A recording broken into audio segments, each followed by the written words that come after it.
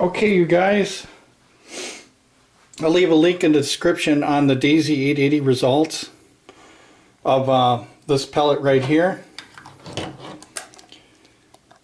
This video is talking about the Daisy 35.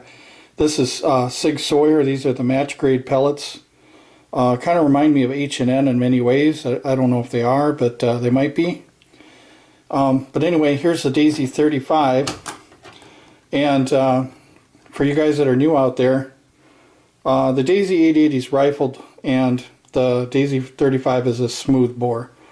So the nature of a smooth bore is typically it likes longer pellets because of the fact that it doesn't have any rifling. So the length of the pellet, like a long round nose, usually works pretty good in these rifles. The best pellet currently that I was using in this was the Beeman Silver Arrow, or the Beeman or the H&N Silver Point, which are the 11.5 grain pointed pellets. And they were grouping at 15 yards, about, I'd say average maybe 1 inch or 3/4 of an inch for 10 shots, which isn't bad for a smooth bore. Typically, if you get 1.5 inches for 10 shots with the smooth bore at 15 yards, that's good. Or if you get 1 inch groups with 10 shots with the smooth bore, that's considered really good. If it's a dime, that's really, really good. But I'll show you the 15-yard results here.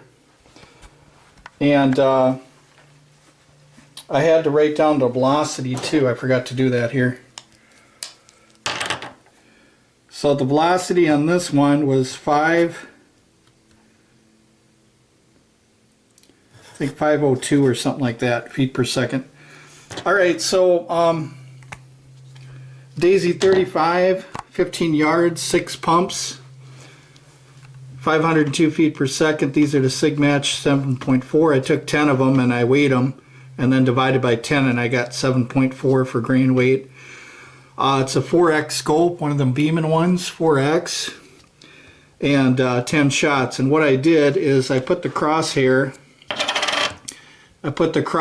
right inside this L shape right here. So the crosshair, the center of the crosshair was right here, and here's where the impacts were, right here. And 80% was at 1.5 inches, and that's typical for a smooth bore for a lot of pellets. And 100% was 2 inches. What I mean by 100% is if you took all of them. So here's a 1/4 right here, and then you've got these two right here. So 80% of them was about 25-cent piece. And that's just the nature of smooth bores. So smooth bores, for accuracy, like I said, you'll have to have like a longer round nose pellet, or even the ones I mentioned, them pointed pellets, 11.5 grain. But I wanted to do this test because I did a test on the Daisy 880, and if you go to that video, I'll leave a link in the description, and you can see how good these pellets did in the Daisy 880. Not to say that the Daisy 35 isn't bad, it's good as far as a smooth bore, but you do have limited accuracy, so you want to be aware of that. But you can still do a lot of things with the Daisy 35. You can still plink cans. You can still find pellets that will work okay in a smooth bore, like I was saying, the 11.5 grain. And I do have videos on that, by the way, if you want to check both the Daisy 35 and the Daisy 880. If I haven't said it in this video, I probably said it in a lot of videos on my channel to cover everything. So I'm typically obsessed with these two rifles, so I do a lot of videos on these.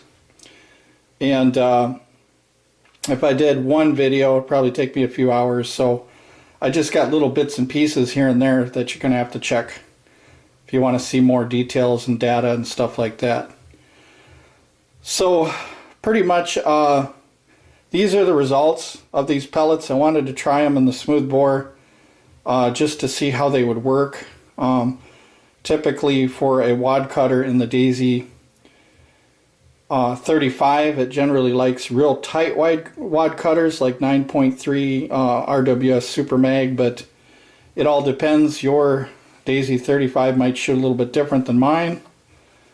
But overall, a smooth bore. You can't expect perfect accuracy because there's no rifling. And consider using a wide variety of pellets to find out which is the best one for you. So, but anyway, thanks for watching, you guys.